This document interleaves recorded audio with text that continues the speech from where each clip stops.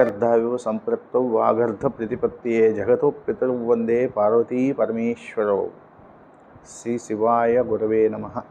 శాస్త్రపురం వీక్షకులు, ఇప్పుడు ఈ వీడియోలో శ్రీ పరాభవ నామ సంవత్సరంలో కన్యారాశి వారికి ఫలితాలు ఎలా ఉంటాయి అనేటటువంటి విషయం తెలుసుకుందాం. కన్యారాశి అంటే ఉత్తర ఫల్గుని, అంటే ఉత్తర 2, 3, 4 పాదాలు, హస్త నక్షత్రము, చిత్త 1, 2 పాదాలు, ఈ నక్షత్రాల్లో ఉన్నవారు కన్యారాశి చెందుతారు. జన్మ నక్షత్రం లేనివారైతే వాళ్ళ పేరులో ఉన్నటువంటి మొదటి అక్షరాన్ని గమనించండి. ఆ మొదటి అక్షరం ఉన్నవారు కన్యారాశి చెందుతారు. టో, పా, పీ, పూ, షం, న, ఢ, సే, ఓ. ఈ కన్యారాశి వారికి శ్రీ పరాభవ నామ సంవత్సరంలో ఆదాయం 8, వ్యయం 11, రాజపూజ్యం 3, అవమానం 3గా ఉన్నాయి. వీరికి ఇంకా గ్రహ సంచారాన్ని బట్టి ఫలితాలకు వస్తే, ఈ గురువు జూన్ 1వ తారీఖు వరకు 10వ ఇంట రజితమూర్తిగా ఉన్నారు. శ్రమతో లాభం చేకూరుతుంది. తరువాత అక్టోబర్ 30 వరకు 11వ ఇంట లోహమూర్తిగా ఉన్నారు. అన్ని రంగాల్లోనూ కూడా వీళ్ళకి చికాకులు పెరిగే అవకాశం ఉంది. ఆ తరువాత అంటే అక్టోబర్ 30 నుంచి జనవరి 24, 2027 వరకు 12వ ఇంట తామరమూర్తిగా ఉంటున్నాడు గురువు. అందువల్ల అభివృద్ధి కొంచెం తక్కువగా ఉంటుంది. తర్వాత సంవత్సర పర్యంతం అంటే జనవరి 24, 2027 నుంచి సంవత్సరం పూర్తయ్యేంత వరకు కూడా 11వ ఇంట లోహమూర్తిగా ఉంటారు. గురువు యొక్క ప్రతికూలత పెరుగుతుంది. అంటే గురుడు ఈ రాశి వారికి సంవత్సరం అంతగా యోగదాయకంగా లేడు అనే విషయం గమనించాలి. ఇంకా శని ఈ సంవత్సరం అంతా కూడా 7వ ఇంట తామరమూర్తిగా ఉన్నారు. ఇది వీరికి మంచి స్థానమే. సమయానికి ఆదుకునే వాళ్ళు ఉంటారు. అందరి సహకారం కూడా లభిస్తూ ఉంటుంది. రాహు డిసెంబర్ 5 వరకు 6వ ఇంట రజితమూర్తి. వీళ్ళకి నిదానంగా కార్యాలన్నీ చేకూరుతూ ఉంటాయి. ఇంకా డిసెంబర్ 5 నుంచి సంవత్సరం చివరి వరకు కూడా 5వ ఇంట రజితమూర్తి. ఇక్కడ కొంచెం మానసికమైనటువంటి కష్టాలు, అనవసరమైనటువంటి చికాకులు వచ్చేటటువంటి అవకాశం ఉంది. ఇంకా కేతువు డిసెంబర్ 5 వరకు 12వ ఇంట రజితమూర్తి. స్వల్ప ప్రయత్నంతో వీళ్ళకి విజయాలు సిద్ధిస్తూ ఉంటాయి. ఇంకా తరువాత అంటే డిసెంబర్ 5 నుంచి డిసెంబర్ 5, 2026 నుంచి సంవత్సరం చివరి వరకు కూడా నెక్స్ట్ ఉగాది వరకు కూడా 11వ ఇంట రజితమూర్తి. వీరికి అంతటా సౌఖ్యములు కలుగుతూ ఉంటాయి. అయితే ఈ రాశి వారికి మాసం వారి చైత్ర మాసంలో కోటి వ్యవహారాలు అనుకూలంగా ఉంటాయి. ఉద్యోగులకు అభివృద్ధి జరుగుతుంది. వీళ్ళు కోరిన చోట్లకి బదిలీలు, ట్రాన్స్ఫర్లు పొందుతూ ఉంటారు. ప్రభుత్వ ఉద్యోగులకు మాత్రం ప్రమోషన్కి అవకాశాలు కొంచెం తక్కువనే చెప్పాలి. కానీ నిరుద్యోగులకు మాత్రం ఉపాధి దొరుకుతుంది. వీళ్ళకి శ్రమకి తగినటువంటి ఫలితం విద్యార్థులకి కొంచెం తక్కువగా వస్తుందంటే ఇంకా ఎక్కువ బాగా కష్టపడాలి.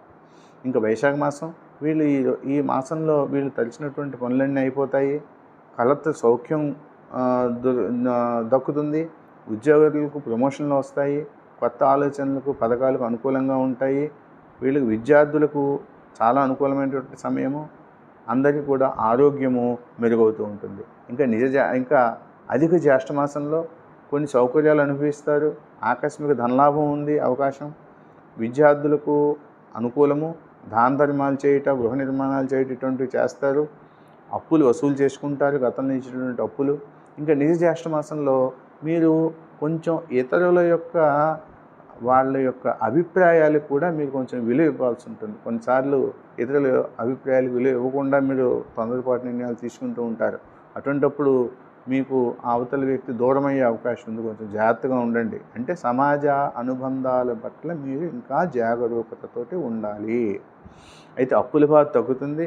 మీ పనితీరులో, మీరు పనిచేసే విధానంలో మార్పు వచ్చే అవకాశం అయితే మాత్రము ఉంది అన్నమాట.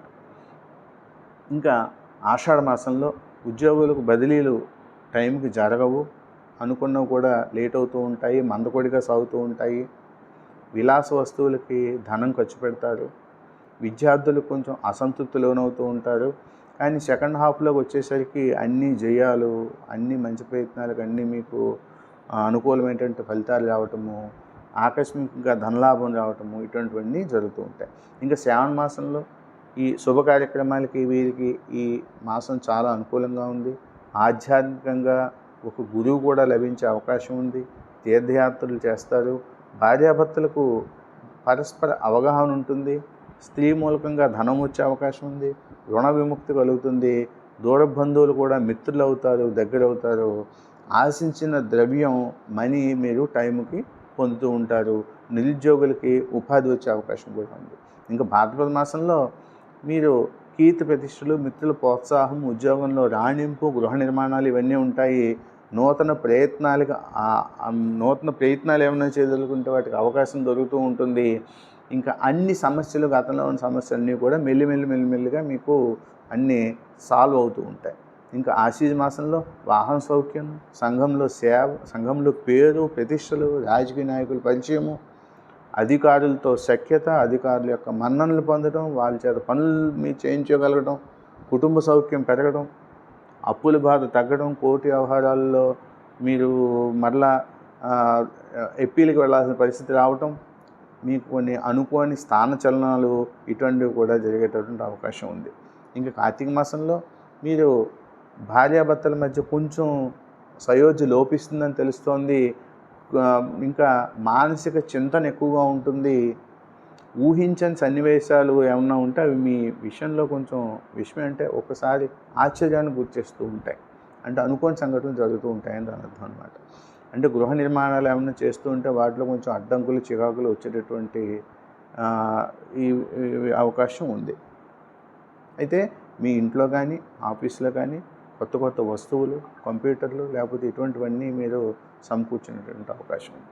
ఇంకా మార్గశిర మాసంలో పిల్లల వివాహాలు, శుభకార్యాలకి ఏమన్నా మీరు ప్రారంభం చేస్తూ ఉంటే అవన్నీ మంచి ఫలితాలుగా మీకు నెరవేరుతాయి.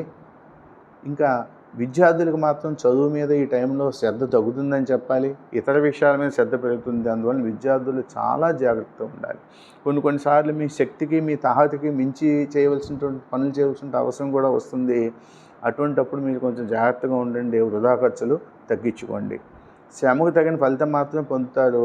మీరు ఏమైనా పనులు చేస్తే మాత్రం అవి ఎండింగ్ స్టేజ్కి అంటే పూర్తయ్యే పరిస్థితికి మాత్రం ఈ నెలలో చేరుకుంటాయి. ఇంకా పుష్యమాసం వచ్చేసరికి వివాహ శుభకార్యాలు ఏమన్నా మీరు తలపెట్టినటువంటి ఉంటే అవి సాకారం అవుతాయి. వాహన సౌఖ్యం ఉంది, సంఘంలో పేరు ఉంది, ఆర్థిక పరిస్థితి మెరుగవుతుంది.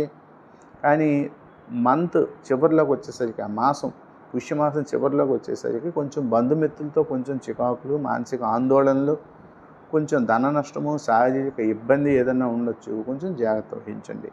ఇంకా మాఘమాసం ఇవి గత అనుభవాలన్నీ గుర్తుకొస్తాయి. యోగం, ధ్యానము, ఆరాధన, ఏకాగ్రత, చర్చలు, విందులు, విహారాలు ఇవన్నీ కూడా మీకు కలిసి వస్తాయి. కానీ ఏమైనా మీరు కొనుగోళ్ళు చేసేటప్పుడు మాత్రం కొంచెం జాగ్రత్త వహించవలసి ఉంటుంది. సంతానానికి అభివృద్ధి కలుగుతుంది. కానీ వ్యాపారస్తులకు నష్టాలు వచ్చే అవకాశం ఉంది, ధన నష్టం కలగచ్చు, బంధుమిత్రులతోటి ఏదైనా విరోధం వచ్చే అవకాశం ఉంది. అది కొంచెం జాగ్రత్త వహించండి. ఇంకా పాల్గొన మాసం వచ్చేసరికి వివాహ శుభకార్యాలకి ఈ మాసం మీకు అంత అనుకూలంగా లేదు. కానీ భూమిని కొనగలుగుతారు. మీకు ఇంట్రెస్ట్ ఉన్నవాళ్ళు, ఆదాయం ఉన్నవాళ్ళు, పదవీ లాభం వస్తుంది. మీరు పిల్లలు, విద్యార్థులు ఆటల పోటీల్లో వీళ్ళు ప్రైజులు తెచ్చుకుంటారు. భూ సంపాదన, నూతన వస్త్రాలు, ఆభరణాలు సమకూర్చుకోవటము, వ్యవహారాల్లో, కోర్టు వాద్యాల్లో మీకు అనుకూలంగా ఫలితాలు రావటము ఇటువంటివన్నీ ఉంటాయి. కానీ మాసం చివరిలో కొంచెం బంధుమిత్రులతో విరోధం రావచ్చు. అది కొంచెం జాగ్రత్తగా ఉండండి. ఇంకా మీరు ఈ రాశివారు శివ కవచము చేస్తూ ఉంటే కనుక లేదా శివస్తోత్ర పారాయణ, ఈశ్వరాభిషేకాలు చేసుకుంటే మీరు అన్ని మంచి ఫలితాలను పొందగలుగుతారు. శుభం భవతు. నమస్కారం.